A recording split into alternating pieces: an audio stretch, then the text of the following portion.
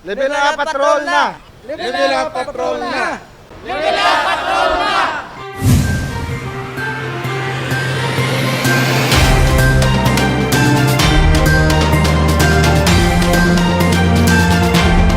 Pinakauna nga virtual presentation sang ginagyang ang gindayaw sang publiko. May pandemya man, wala ini makapugong para sa syudad sang Iloilo nga padayunon ang tuigan nga dinagyang. Pinaagi sa dinagyang digital, nakitaan kag nabatian sa gihapon ang tunog sa mga drum kag nalantaw ang matahom nga performances sang Tribe Warriors.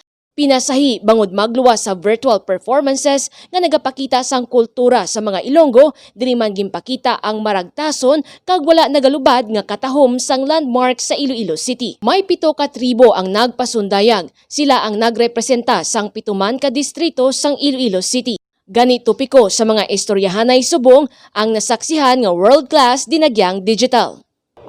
Sa bilog ko nga natubuan ko buot. First time ko nga naka-experience sang dinagyang digital.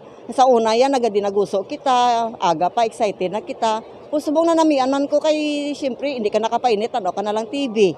Dason, makita mo ang view, nga kung kisa manol ka pa nga, ay kanami isang view, di na sila nag-performance, ma'am, nga makadto ko bala. Makita mo mga kahoy, bye-bye, suba, unsa may taytay pagani. Do excited ka man bala nga makita mo ina nga lugar. Do okay man sa mas okay gani na kung mag-amo na lang na kay do ko kataway hindi ka pa mainitan.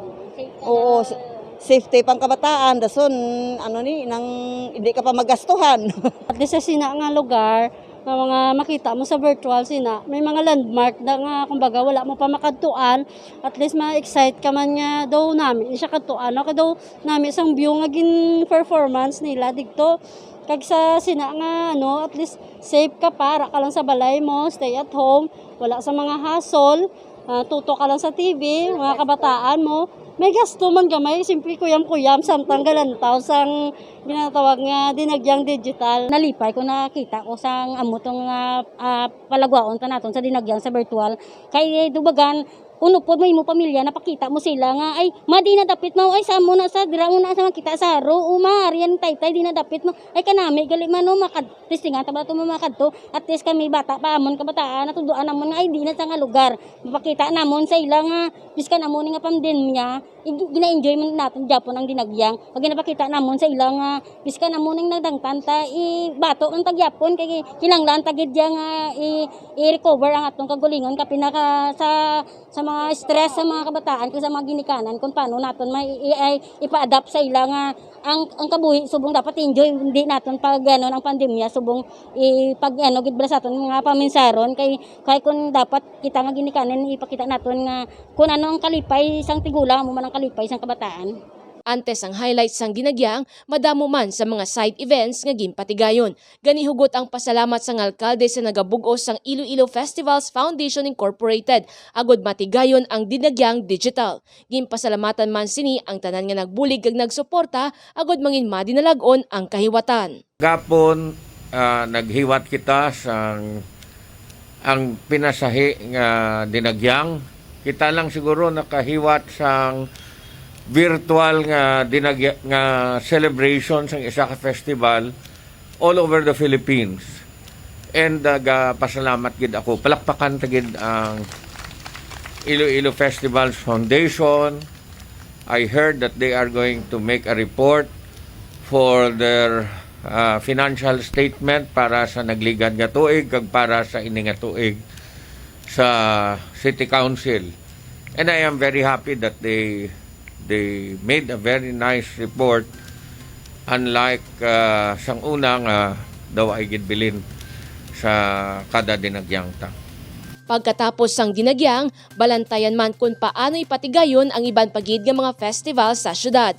Nahibaluan sa kada pag-abot sang bulan sang Pebrero, ginabantayan man ang the oldest sailing event sa Asia, ang Parao Regatta.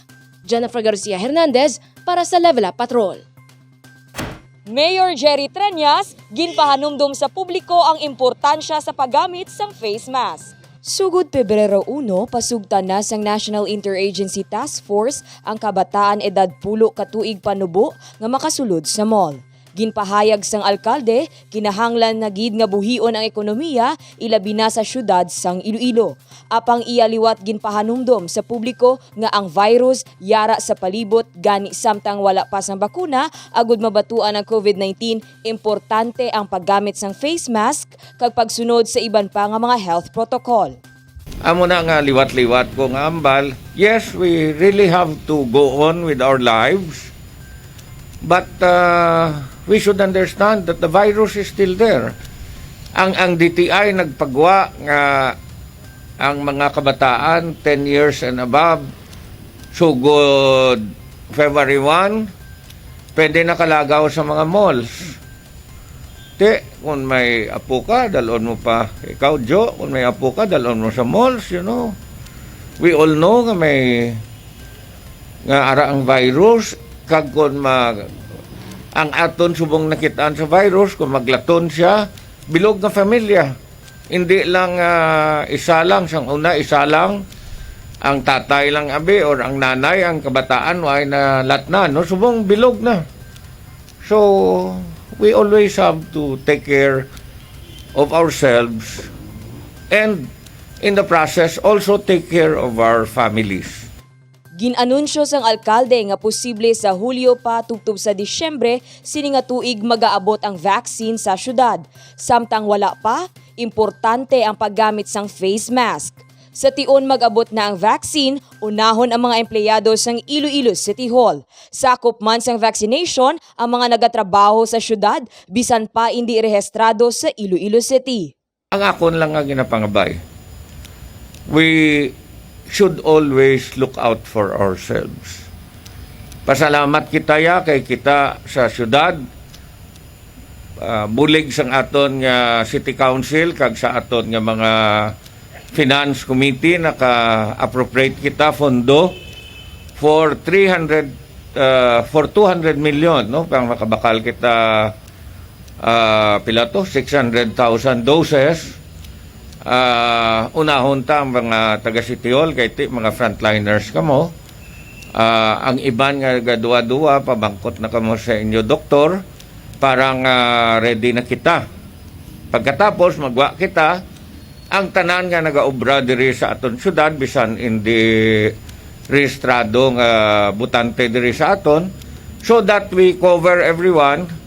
Iloilo City will start moving forward, and I believe that is the only way nga makasugod na kita balik sa normal. Ginpasalamatan man sang alkalde ang Iloilo City Council kag Finance Committee agud matigayon ang pagpain sang pondo para sa bakuna. Para sa alkalde, kinahanglan magbinuligay agud mabatuan ang COVID-19.